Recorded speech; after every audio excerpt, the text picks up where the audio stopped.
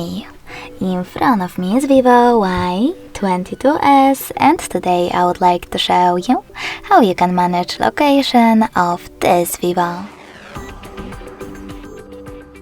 Begin by accessing Tab menu. After that, look for Location section, and when you find it, click on it.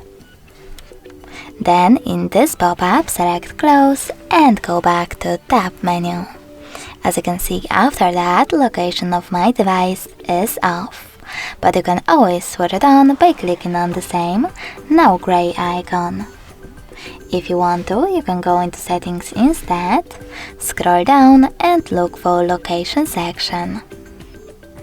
When you find it, click on it and manage location thanks to this switcher. Thanks so much for watching. If you enjoyed this video, leave a like, comment and subscribe. Bye!